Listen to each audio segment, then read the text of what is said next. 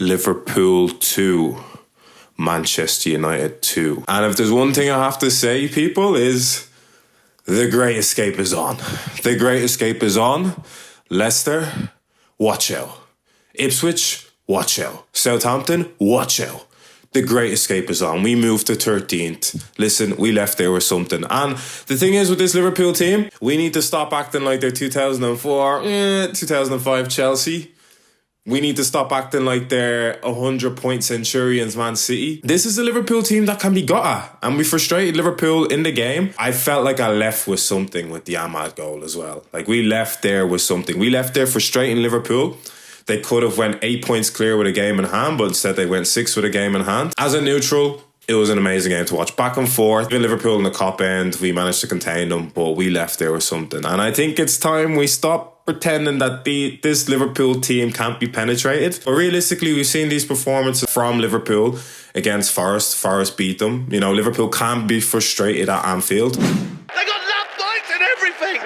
Let's get into it. So the first half, I think we started well. The first 20 minutes, it felt like we started quite front-footed in the first 20 minutes. I think the first 20 minutes at Anfield is key. If you don't start front-footed, Liverpool just will, and they will overwhelm you pretty much in the attack.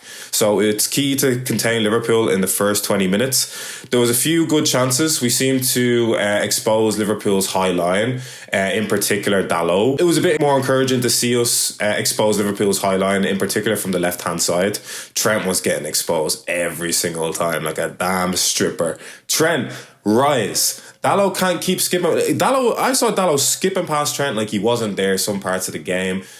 Beating Trent on the counter-attack, overloaded on Trent. Trent couldn't deal with Dalot during the game. That was really where we could get at Liverpool, I think, along the channels. Ate and Van Dijk didn't seem the most assured performance, I don't think, from Konate or Van Dijk. I know Konate's only came back from fitness. Højlund had a huge chance. Honestly, we need to start having discussions about Højlund, because Højlund, on that half chance he had, didn't even look like he was convinced he could finish the goal. Just his body language, the way his body was positioned. It wasn't positioned like a striker that knew he was going to beat Alisson in that moment. There was a chance as well. Dalot got on the left-hand flank again. Liverpool were caught in the high press. Liverpool set up a high press throughout the first half. Mostly because it felt that that's how Liverpool are able to suffocate a team through the high line. Also, it felt like they were convinced that they could have the recovery on Manchester United, not to mention our attackers can't finish. There was a chance with Dalot where he could have put in a low cross into Ahmad, but instead he curled in a cross. Ahmad didn't time his run. In football, we call them diamond headers. You know, them ones where you head the ball and they can go any which way. Ahmad headed that ball and went for a clearance. You know what I mean? Great clearance for Liverpool. Solid attempt from Ahmad, but great clearance for Liverpool. We call them ones diamond headers in football. Wasn't an easy one to convert, but we really should have been doing better in the first half of our chances. It didn't really feel like Liverpool could have got out of gear. It didn't really feel like Liverpool got out of gear too, and we should have converted in the first half. But it was encouraging. Those signs there that United could go to Anfield and set up a certain style. I think Amorim kept us to a certain style where we were Manchester United. We weren't going to embarrass ourselves, but we also weren't going to go dick size for dick size with Liverpool. You know what I mean? We weren't trying to go machine for machine with Liverpool, which we've seen in top 6 games so many times, especially under the Ten Hag regime, where he's trying to go machine for machine with Liverpool and it just doesn't end well, really. Yeah, second half, I was expecting Liverpool to come out firing at the cop end. I was expecting us to create problems. I was expecting, honestly, a Manchester United implosion, because I remember in the 7-0 we played so well the first half, where we could have came out of the first half with the lead, but then complete implosion. However, Manchester United started well. They started good. Off the back of the first half, they kept the tempo. They remained compact. They remained... the only thing I'd say with Manchester United was what I noticed in the first half and into the second half was the idea of playing the back five. So with the back five, it was a tricky situation because we have two fullbacks that don't really attack, but they also don't really push up high. So it was able to create a lot of 2v1s in multiple areas on the pitch with Liverpool. You could see that the centre-backs, and I don't know if this was specific instruction from Amorim, but the centre-backs seemed to ease. You could see Lisandro Martinez push a bit further up the pitch and then immediately revert back. So that created a lot of spaces in the midfield. And then in particular, there wasn't really any support from the centre-backs with the full-backs, because the full-backs, they dropped back. They didn't really push up high into the pitch. So it was essentially creating a lot of 2v1s, especially in the full-back area, but especially for the midfield. I saw at one stage Bruno was in a 2v1. He had Jones at one side, I think, and Gravenberch at one side, but there was also Trent on the overlap, so you could see there was all 2v1s and 3v1s with the way Amorim is trying to set up this back five. It really should be a back three with the attacking fullbacks, but this is a team still in transition, still trying to figure out the back three or the back five or whatever you want to call it. But very encouraging again going into the second half. We asked a lot of questions. Our left side was encouraging again. Rasmus was still running down the channels. I saw a stat actually that was interesting that showed that 55% of our attacks came from the left side, which showed to me that we identified that Trent was the weakest link. And it's also encouraging for us because we haven't managed to create much from the left side. We haven't managed to stay defensively resolute across the left side either. But Dalot was able to manage the game quite well alongside Lisandro Martinez. I think on the left side, there was a few encouraging movements as well. I think Bruno Fernandes...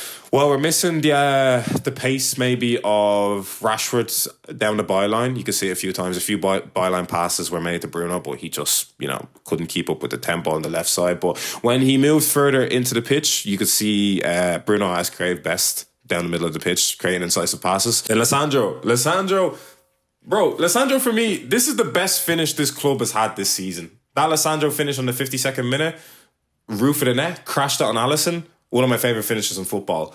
For me, I didn't think Lisandro had that in his locker, and it's funny because in order for us to score a goal from our attack, it took a centre-back just taking a risk. I was watching the game and I was saying Lisandro Martinez was way too high up the pitch, but that finish, it just came out of nowhere. It was the best finish I've seen from any Manchester United player all season long. And that's really a reflection of where our attack is at the moment. Shortly afterwards, and the thing is, I feel like Manchester United don't concede this goal if we don't score. Because Manchester United, they can get complacent at times and they have an ability to implode. I don't think we even concede this goal if we don't score, but Gakpo immediately equalised, I think shortly after in the 59th minute. De Ligt overcommitted, but it was a great finish from Gakpo. I think I watched it the first time and I felt like De Ligt overcommitted because we've seen De Ligt do that so many times. I think we only saw him do that against Ishak. But on the replay, so much momentum was looking like Gakpo was going to shoot on his left side. For his ability to turn in and finish top right, excellent finish from Gakpo. A few minutes later, into the 70th minute, De Ligt gifts another goal again. It wasn't De Ligt's best performance. I think he's been pretty sturdy in our defence. However, he does have frailties and a few bozo moments in his game. Overcommits sometimes in a challenge. I've seen that so many times since his first game of the season. Bit of an overcommitment from De Ligt. I don't know if he's playing with fire, desire, passion, Manchester United player. I get that. We like to see that in our Manchester United players, but a few overcommitments from De Ligt has showed frailties in his game. Salah converts. Honestly, not gonna lie, shit penalty for me. I don't understand why Salah was trying to do all the theatrics. Brother, you had a quiet game. I know this might be your farewell tour at Liverpool. You're playing, you could go 2020 in the league. This is your farewell season at Liverpool, and it feels like a world-class farewell season. But let's not get too ahead of ourselves. That wasn't the best penalty. Personally, I think Onana should have did better with the penalty. He was doing the most. He was sitting on the ground. He was waving to the cop end farewell. It wasn't Salah's best game for me. United kept probing though, which showed a lot of character for me. Usually when United go 2-1 down, you expect heads to go down. I'd say the one thing that annoyed me about the penalty was, again, the officiating. It felt like the officiating was going to take the headlines of the game. About 5 minutes off the initial handball from De Ligt, it only gets brought back for a penalty. Then you think at that stage, okay, officiating's going to steal the headline for what was an excellent end-to-end game throughout the half. Garnacho came on in the 72nd minute. Honestly, I wasn't expecting Garnacho to do too much. This was probably his 15th attempt at making a good cameo for us this year. He did put in Ahmad for the equaliser, which had me gassed. I thought by then we weren't going to get a result at Liverpool. Nice low cross from Garnacho. Honestly, felt like a little bit of a hit and hope, but we're not going to take too much credit away from Garnacho. We're not going to be too harsh on him for this game. I think it was a decent cameo from Garnacho. Nice assist for Ahmad. Nicely finished from Ahmad. Bottom right corner. Yeah, it was good. At that point, I really thought, similar to the Man City game, we could have got something there. But it went end to end. I think we were mindful of the fact that Liverpool can just flip an attack, a counter attack on the sixpence pretty much. Liverpool are the one team that I think in the league, or particularly against us at Anfield, they can score 4 goals in 10 minutes. That's the reality. So you have to remain prudent with Liverpool. You have to remain careful with Liverpool. But the game, I think, was there for the taking. We could have really taken a game similar to Manchester City, but I'm not too frustrated with a 2-2 draw at Anfield. I would have loved a first win at Anfield for the first time in maybe 8-9 years, but we take them, especially this season. The game went end to end pretty much from the 80th minute to added time, which again, for Football Neutral, was an excellent game. Went end to end. We had that British real men shit weather, snowy, rainy. You don't want to play. You don't even want to be outside, and never mind playing it. I didn't think this game was still going to go ahead, but considering the way the condition of the pitch was, I thought the ball was moving so slow. I think both teams put on a spectacle for us. Late into the 80th minute, into added time, I thought Virgil van Dijk was going to get the winner on us. I think he headed the ball down into the ground a little bit. Didn't get the way he wanted. Easy save really for Onana. I was really expecting a Liverpool winner at a certain point, and then Maguire at the last minute miss. Again, if we have the quality there, if we have the firepower there, this can be a different game. Watching United a lot this season, it feels like the idea of what Manchester United can do when they have better players is better than what we're actually seeing on the pitch. So many times you see, if Manchester United had a nice attacker there, or a nice left winger, or a nice wing back. It's a transitional phase for Manchester United. It's very frustrating to see these games and think that we can come out of the game with something better. But again, it's encouraging signs for Manchester United. I think we can go into the second half maybe hopeful that there'll be an upturn in performances. Maybe we can disturb the top 10 charge, Manchester United. Who says no? Maybe most of the Manchester United fan base. Who knows? Takeaways for Manchester United. Credit for Amorim for how he set us up once again.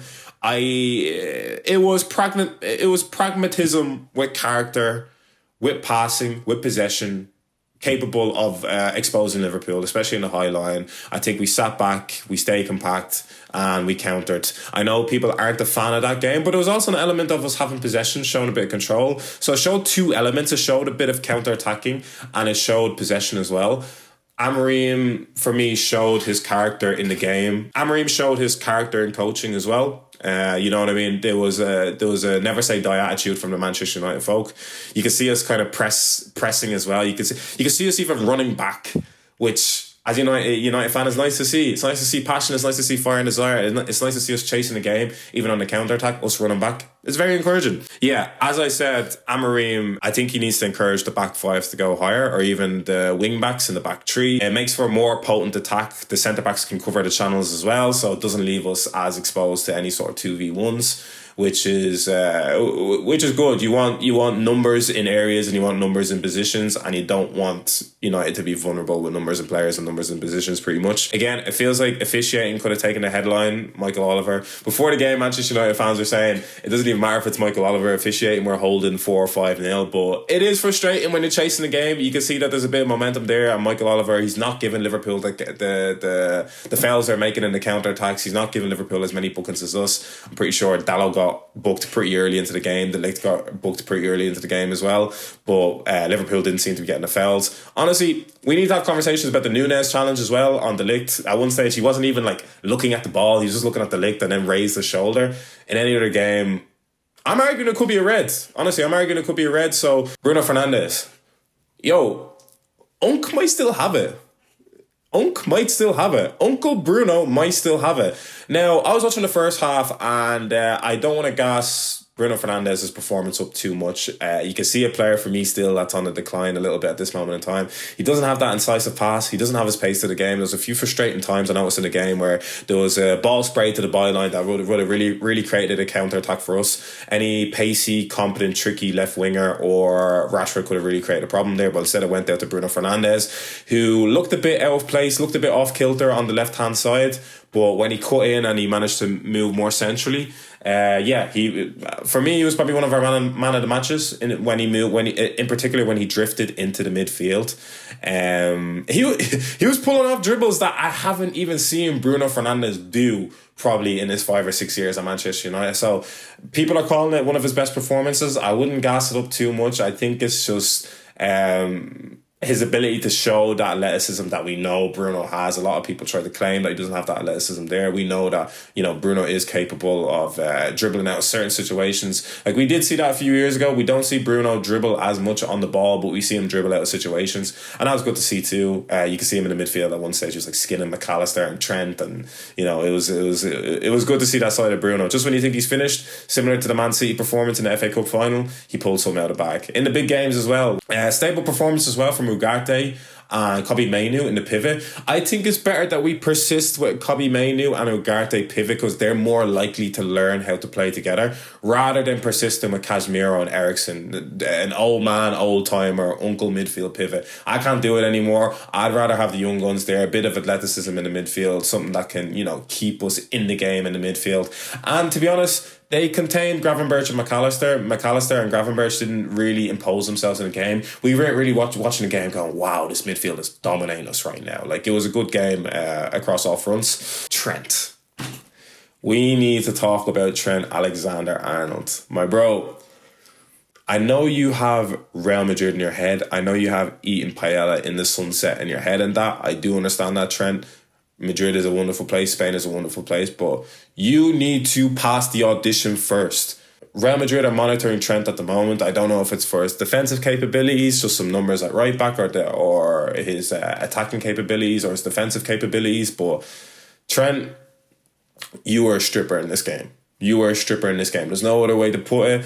You were getting exposed a lot of the time on your right-hand side. I know Liverpool were playing a high line, but you couldn't keep up with the tempo. You weren't able to keep up with that low. You were even I think you could even see Trent several times get exposed by Bruno Fernandes, which is hard to do. Like, Bruno Fernandes doesn't make a third man run. He's not pacey. He's not able to expose your high line in the game. Bruno Fernandes is the last player that can expose your high line in the game, but somehow that is managing to happen from Trent.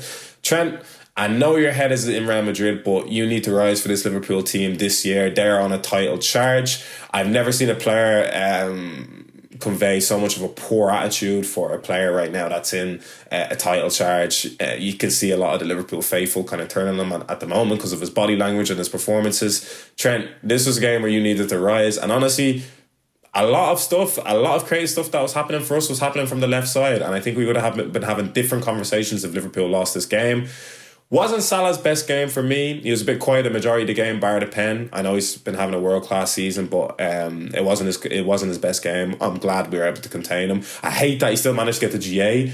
Salah's so inevitable like that. It's so annoying. Like I said, Liverpool struggled to get out of gear one. We've seen that in recent performances. This isn't...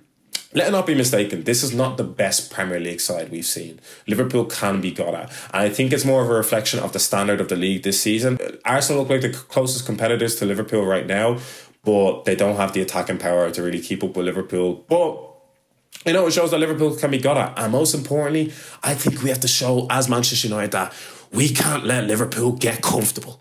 We cannot let Liverpool get comfortable because... whatever about Liverpool winning the COVID chip during the pandemic, they didn't even have fans there to celebrate the trophy. We can't let Liverpool storm the league. It's still Liverpool's title to lose, 6 points clear with a game in hand. Next, they have Spurs away, I believe, Accrington Stanley in the FA Cup, and away games at Forest and Brentford. They won't be easy games for Liverpool, and they need to get max points there, I believe. Forest won't be the reverse fixture for Forest won't be an easy game, considering they lost to Forest at home. Next for Manchester United is Arsenal in the FA Cup. We start to get a run of easy fixtures. I really don't know how Arsenal in the FA Cup is going to go. Honestly, they go set pieces to death again. But it's encouraging to see that we will have games against Southampton at home. We have Brighton at home, although Brighton seem to pump us every time. And from then, I think we have Fulham away, and I think we have a run of easier games. But that was my review for the 2-2, Liverpool 2, Manchester United 2 at Anfield. Let me know what you think of the game. Let me know what can happen for Manchester United at the moment. Honestly, Manchester United showed a lot of great character and it showed a lot of things to work off of. The intensity of the team, the passion of the team, the way they were dropping back, the way they were all running back, playing together as a team. I don't see that cohesion still too much in the attack, but there's a lot of encouraging points, the way Amorim set us up as well. But let me know what you think. Will Liverpool maintain this level of form? Will they run away with the league? Or will we make it uncomfortable for Liverpool, which we need to do?